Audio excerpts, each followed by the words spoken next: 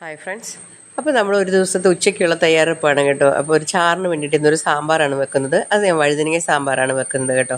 അപ്പോൾ നമ്മുടെ വഴുതനങ്ങയും തക്കാളിയും ഉള്ളിയൊക്കെ ഇട്ട് നമുക്ക് ആവശ്യമുള്ള ഉപ്പും മഞ്ഞപ്പൊടിയും ഒക്കെ ചേർത്ത് സാമ്പാർ പൊടിയൊക്കെ ചേർത്ത് ആവശ്യമുള്ള വെള്ളവും ചേർത്ത് ഇതിനെ നമുക്കൊന്ന് എടുക്കാം. വെന്തെടുത്തതിന് നമുക്ക് സാധാരണ കടുക് പൊട്ടിക്കുന്ന പോലെ കടുക് മുലുവയും കറിവേപ്പിലയും വത്തലമുളകൊക്കെ ചേർത്ത് നമുക്കിതിനെ കടുക് പൊട്ടിച്ച് എടുക്കാം. അപ്പോൾ ചാറിനുള്ള സാമ്പാർ തയ്യാറായി കഴിഞ്ഞു.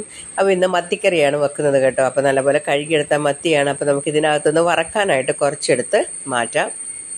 ബാക്കിയുള്ള മത്തിയെ നമുക്ക് കറി വെക്കാം.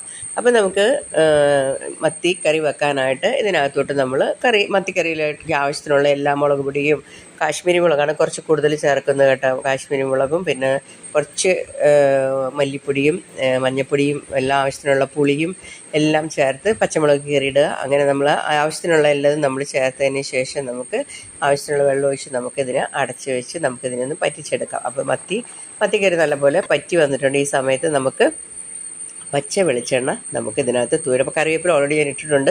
ഇട്ടില്ല എങ്കിൽ നമുക്ക് ഈ എണ്ണ തൂകുന്ന സമയത്ത് കറിവേപ്പില ചേർക്കാവുന്നതാണ്. എണ്ണ ഒന്ന് തൂവിയെടുത്താൽ നമ്മുടെ മത്തിക്കറി തയ്യാറായി കഴിഞ്ഞു കേട്ടോ.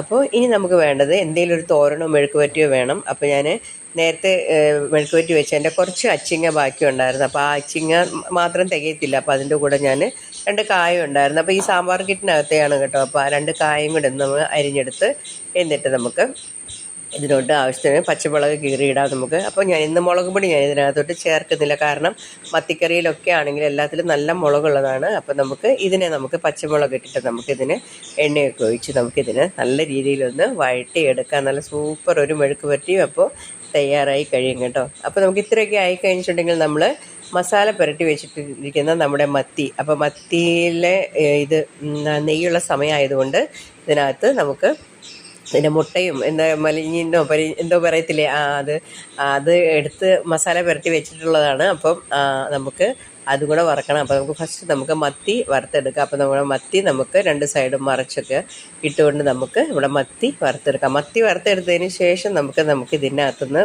മാറ്റി വെച്ചിരിക്കുന്ന ഈ മുട്ട പൊരിച്ചെടുക്കാം കേട്ടോ. അപ്പോൾ ഇത് പൊട്ടിത്തെറിക്കും. അതുകൊണ്ട് നമ്മൾ ഇതിട്ടതിന് ശേഷം ഞാൻ ഇച്ചിരി ദൂരം നിന്നിട്ടാണ് ഇട്ടതിന് ശേഷം നമുക്കിതിനൊന്ന് അടച്ച് വെച്ച് നമുക്ക് ഇതിനെ ഇതാക്കിയെടുക്കാം. അപ്പോൾ നമുക്കിതിൻ്റെ ഒരു പരുവ് അറിയാമല്ലോ. അപ്പോൾ ആ ഒരു പരുവാകുമ്പോൾ നമുക്ക് ഇതും കൂടെ നമുക്ക് മാറ്റി എടുക്കാം.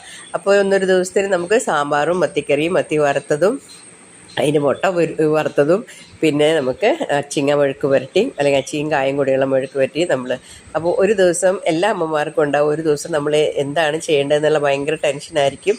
അപ്പോൾ ഇന്നത്തെ തീർന്നു കേട്ടോ. പിന്നെ നമുക്ക് നാളേക്കുള്ളത് പിന്നീട് നമുക്ക് ആലോചിക്കാം. അപ്പോൾ വീഡിയോ ഇഷ്ടപ്പെടുകയാണെങ്കിൽ തീർച്ചയായിട്ടും ലൈക്ക് ചെയ്യാനും മറക്കരുത്. Thanks for watching.